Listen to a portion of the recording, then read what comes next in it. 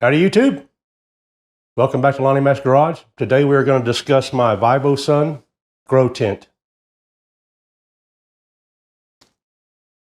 Vivosun, V-I-V-O-S-U-N, Grow Tent. I think they use these to grow marijuana. I don't need any marijuana. I do need a paint booth though. And I think I finally found the ultimate solution for a small shop like mine. Just a 20 by 20 garage shop, little guitar shop. And I needed a temporary solution, something that I can take down and put up relatively easy. It'll probably stay up for a while. When I need it. But I'm not going to do an unboxing video. Obviously, I've already unboxed it. I am going to show you my filtration system and how I rigged it up to act as a paint booth. A very good one, too. That thing will suck your shirt right off. What I'll do, I'll swap the camera around, show you the filtration system, give you a rundown on the inside, how it goes together. It goes together really simple. It's a 48 by 48 by 80 inches, so it's plenty big enough for me to do my little ukuleles and stuff. So, and any other little small paint jobs I have, I can do in there. And I'll discuss the fans that I use and talk more about that. So let me turn that camera around and let's get after it. What we have here is a 4 foot by 4 foot box. Again, by Vivosun. I'm assuming that's how they pronounce it. I just stumbled across this. I've tried several solutions to painting, having a temporary paint booth, and I just I had no idea these things even existed. I've tried pop-up tents, the little poo pods, the shower pods for camping. There's no really good way to get some good filtration in there, and also none of them are really airtight. This one is advertised not as airtight, but it is very tight. So any leakage is no concern of mine really for the stuff I shoot. So, but it's got a door. I put that Velcro up there. I'll talk to you more about ordering it and all that stuff. I'll probably include some links online and we'll jump in there and check this out. Just a little hook I had. Normally this door opens all the way up and goes around there and Velcros. Obviously I can't reach it. It's a pretty tight area in my little shop. But this is all I needed. I want something I can walk into and shoot whatever I'm going to shoot and leave the filter on and let it dry and get it out. So step inside here. So it's just metal poles. Comes with all these little T-corners right here and just snaps together. All these little poles are all marked. I believe you can see that down there. It goes together real easy. I don't know, I think it's like 35 pounds total. The thing is, this fabric is extremely thick. I didn't measure it or nothing. I suppose they probably say on the website, but it's just like really thick and it's got the real big durable zippers everywhere. All these are sealed. They're double pocketed, double lined. And I think when they grow marijuana, they put, I guess, intake fans in here and lights and all that. These are just some $16 Home Depot, I believe. I got them Lowe's lights for 16 bucks LED. Glows like the sun in here. But yeah, that's it. Now on the filter side, I've got these little hangers too. It comes with these 3 little hanger bars that have the lights attached into my little, I can hang my guitars and stuff right here.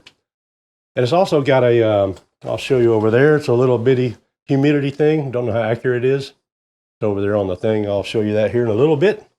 But on the filter side, I'll have to take that apart and show you. First I'm going to zip this thing up.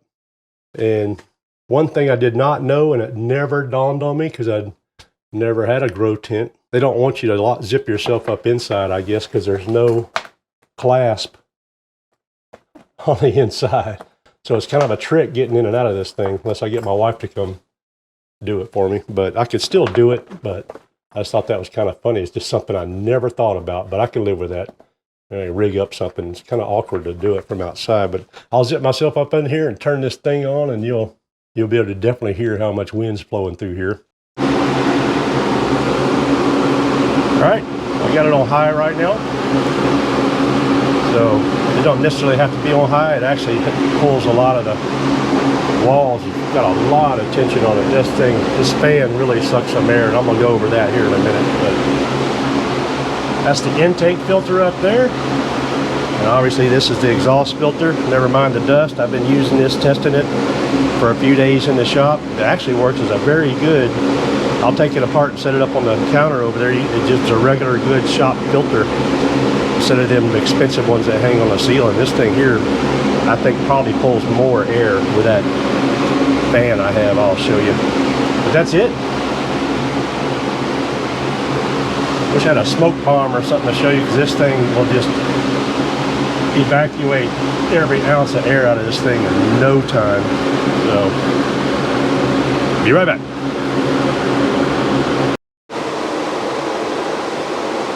There's a shot of the business end. So again, I have it on high right now. I can look up how many cubic feet per minute this fan moves, but it's exactly the same as this one, except I'll show you how I took that one apart. And this thing moves some air. This is a Country Line 18-inch fan. It has a sealed motor. It's not explosion proof, but it is a very decent motor. It's made for outdoor covered barn areas. They advertise it as a barn fan from Tractor Supply, so obviously a lot of that stuff's geared for farmers and stuff. So these things move a lot of air. That's the thing. You put them in horses, horse pens and stuff. So really nice, powerful motor.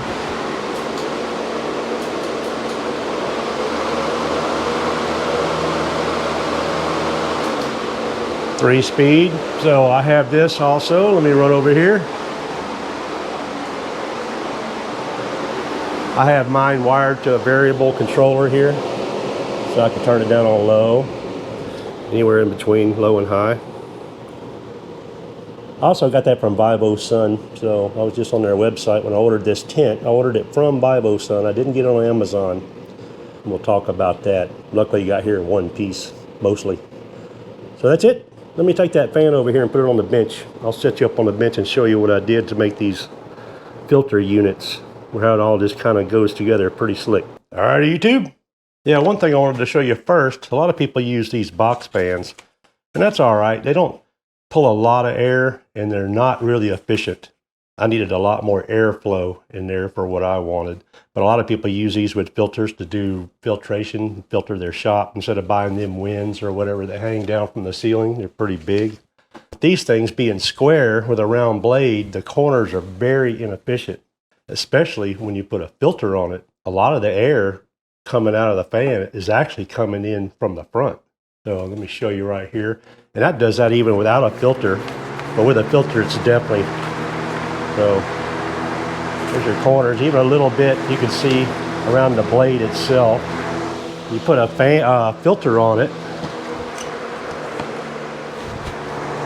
and it's really inefficient. So you see how that air is cavitating back in from the front actually, so a lot of the air you're feeling is not coming through the filter. It's coming from around here with this square box, which is good for a box fan design. That's kind of why it's called that way. But what I wanted to do, get this out of the way. Now, I didn't film building this box, it's just a box. But I've got about a 1/2 inch around the blades there, and obviously a round mount. And what I did was took one of them fans, like the one I just showed you a while ago. This is the same exact one. Just took the screws out and sandwiched it on this plate right here that I made. I cut out on my CNC, so make it a little easier and faster. And what I have here, let me move the camera. Just a square hole. And the top is exactly the same. I'll show you. I'm not going to take the filter out, but it goes together exactly the same. It's just a big square hole, 22-inch square hole in the tent itself. So that stuff cut really nice. And what I have is the frame, it's the housing for the fan assembly. And then I just made a mating part. And I use these big magnets, 1.25 inch magnets I got off of Amazon. They're about an 1/8 inch. I'll try and link all the stuff I used. Not that I get a dime or anything. It's not what I'm doing. I just wanted to, if you wanted to build something, these magnets are really nice and strong. You just sandwich it in that tent right there. It snaps right into place. It ain't going to go anywhere else. So, and then you can imagine it sandwiched the tent a full 2 inches there. The hole's the same size as the inside of this. And then you can just plop in the old air filter. And there you go. Now the top is the same exact way. It's another one of these. And to move this, you just pop it down or up. Can't really pull it straight off. Just slide it either way and it'll come off. So the top is exactly like this. I have one of these sitting on top of the tent and another one of these, just the frame itself right here in the bottom to make that sandwich. Same magnets, the same bit.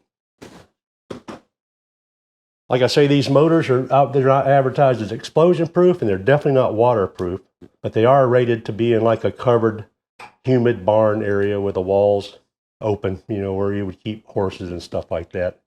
I'm not too worried about it really. The little bit of stuff I shoot, plenty of ventilation. I leave the garage doors open and it blows it right out there on my wife's car. No issues.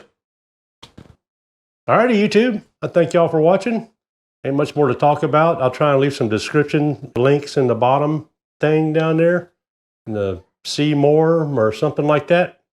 Hopefully y'all enjoyed this video, my little homemade spray booth. Maybe to help somebody out, try and be safe instead of breathing all them fumes and all that stuff. But until next time, over and out.